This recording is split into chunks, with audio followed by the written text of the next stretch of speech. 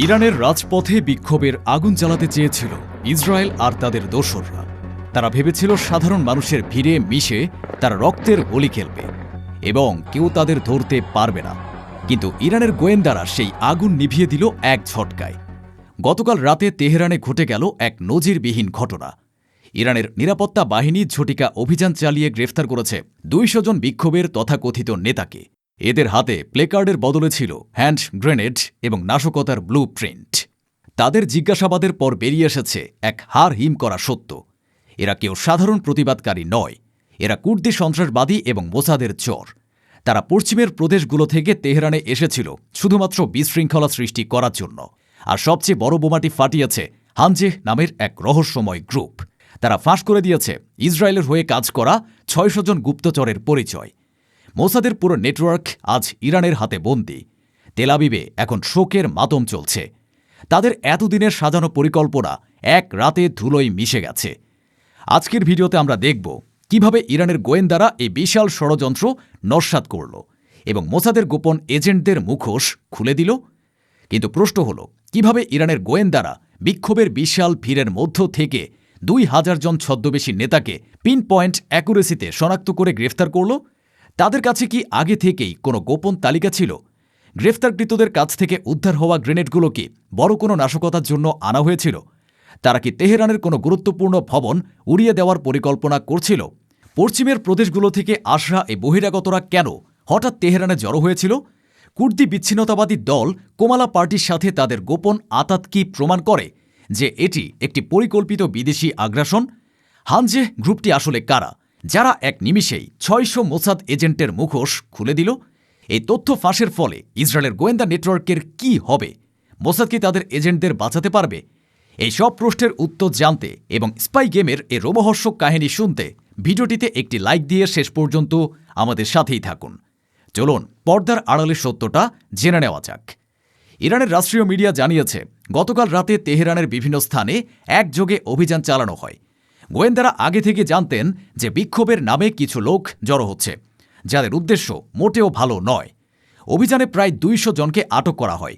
এদের বেশিরভাগই ছিল বহিরাগত, যারা তেহরানের বাসিন্দা নয়। তারা এসেছিল ইরানের পশ্চিমাঞ্চলীয় প্রদেশগুলো থেকে। তাদের ব্যাগে তল্লাশি চালিয়ে পাওয়া গেছে হ্যান্ড গ্রেনেড, ছুরি এবং পেট্রোল বোমা তৈরির সরঞ্জাম। নিরাপত্তা কর্মকর্তারা বলছেন, এই 200 জন ছিল তথাকথিত ডেমনস্ট্রেশন লিডার বা বিক্ষোভের নেতা। তাদের কাজ ছিল সাধারণ মানুষকে উস্কে দেওয়া এবং পুলিশের উপর হামলা চালানো। তারা ভিড়ের মধ্যে মিশে গিয়ে পেছন থেকে গুলি চালাত বা বোমা মারত, যাতে পরিস্থিতি নিয়ন্ত্রণের বাইরে চলে যায়। এটি ছিল একটি ক্লাসিক ফলস ফ্ল্যাগ অপারেশন বা মিথ্যা পতাকার অভিযান। তারা চেয়েছিল মৃত্যু ঘটাতে এবং সেই মৃত্যুর দায় সরকারের উপর চাপাতে। কিন্তু ইরানের গোয়েন্দারা তাদের আগেই ধরে ফেলেছে।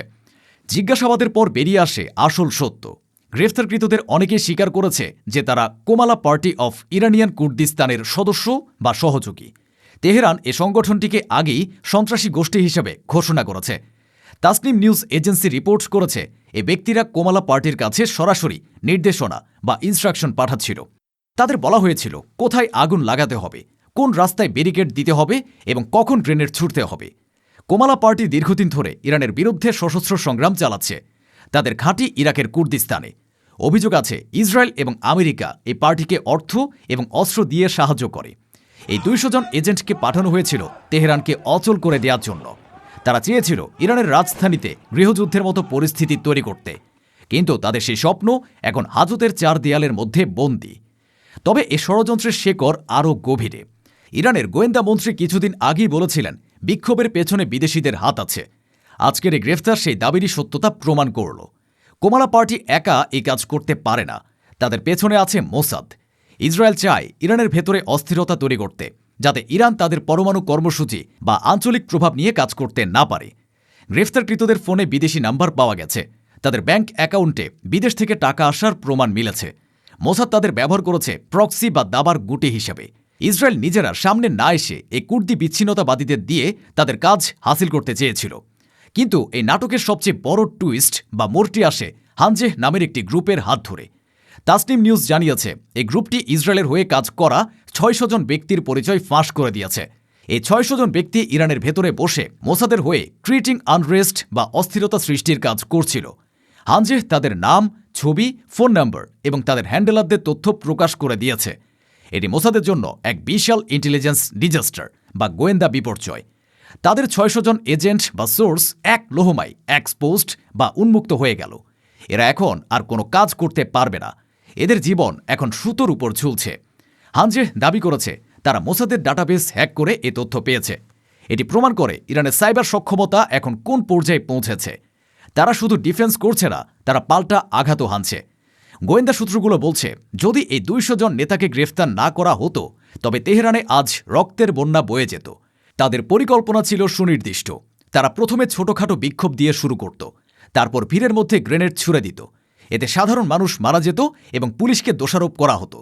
এরপর তারা সরকারি ভবন এবং থানাগুলোতে হামলা চালাত। তাদের কাছে এমন কিছু অস্ত্র ছিল যা সাধারণত শহরের ভেতরে পাওয়া যায় না। এগুলোকে সীমান্ত দিয়ে চোরাই পথে আনা হয়েছিল।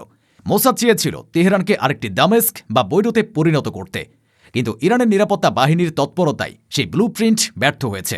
তারা প্রমাণ করেছে তারা তাদের দেশের প্রতিটি কোণায় নজর রাখছে। শত্রুরা যেখানে লুকাক না কেন তাদের খুঁজে বের করা হবে। এই ঘটনা আবারও প্রমাণ করল মোসাদ তাদের এজেন্টদের রক্ষা করতে পারে না। তারা 600 জন মানুষকে ব্যবহার করেছে, কিন্তু তাদের গোপনীয়তা বজায় রাখতে পারেনি। এর ফলে ইরানে থাকা মোসাদের অন্য স্লিপার সেলগুলোর মধ্যে আতঙ্ক ছড়িয়ে পড়েছে। তারা এখন ভয়ে নিজেদের গুটিয়ে নিচ্ছে।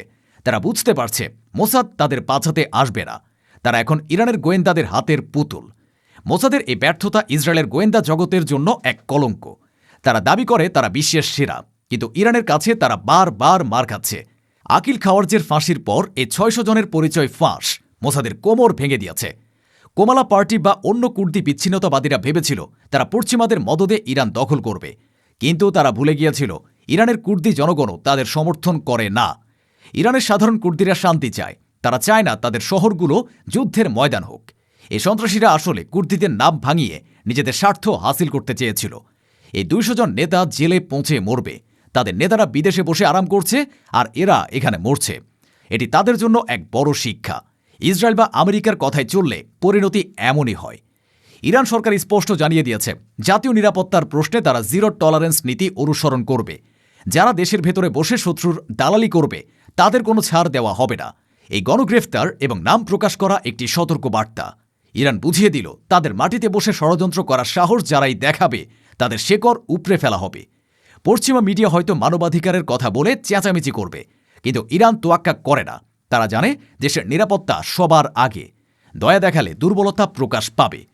প্রিয় দর্শক, তেহরানের রাজপথ আজ শান্ত। ষড়যন্ত্রকারীরা এখন কারাগারে, মোসাদের ব্লুপ্রিন্ট এখন ডাস্টবিনে। ইরান প্রমাণ করেছে তাদের নিরাপত্তা ব্যবস্থা দুর্ভেদ্য। মোসাদ বা কুর্দি সন্ত্রাসীরা যতই ছদ্মবেশ ধরুক, ইরানের ঈগলের চোখ তাদের খুঁজে বের করবেই। 600 এজেন্টের পরিচয় ফাঁস ইসরায়েলের গালে এক বড় চপেট আঘাত। সন্ত্রাসীরা এখন পালাবার পথ পাচ্ছে না। আপনারা কি মনে করেন ইরানের এই দ্রুত পদক্ষেপ কি সঠিক ছিল? মোসাদ কি এই ব্যর্থতা ঢাকতে নতুন কোনো চাল চালবে? কমেন্টে আপনাদের মূল্যবান মতামত জানান। ভিডিওটি ভালো লাগলে লাইক দিন এবং শেয়ার করে বিশ্বকে জানিয়ে দিন ইরানের এই সফল অপারেশনের কথা। দেখা হবে পরবর্তী ভিডিওতে। ধন্যবাদ।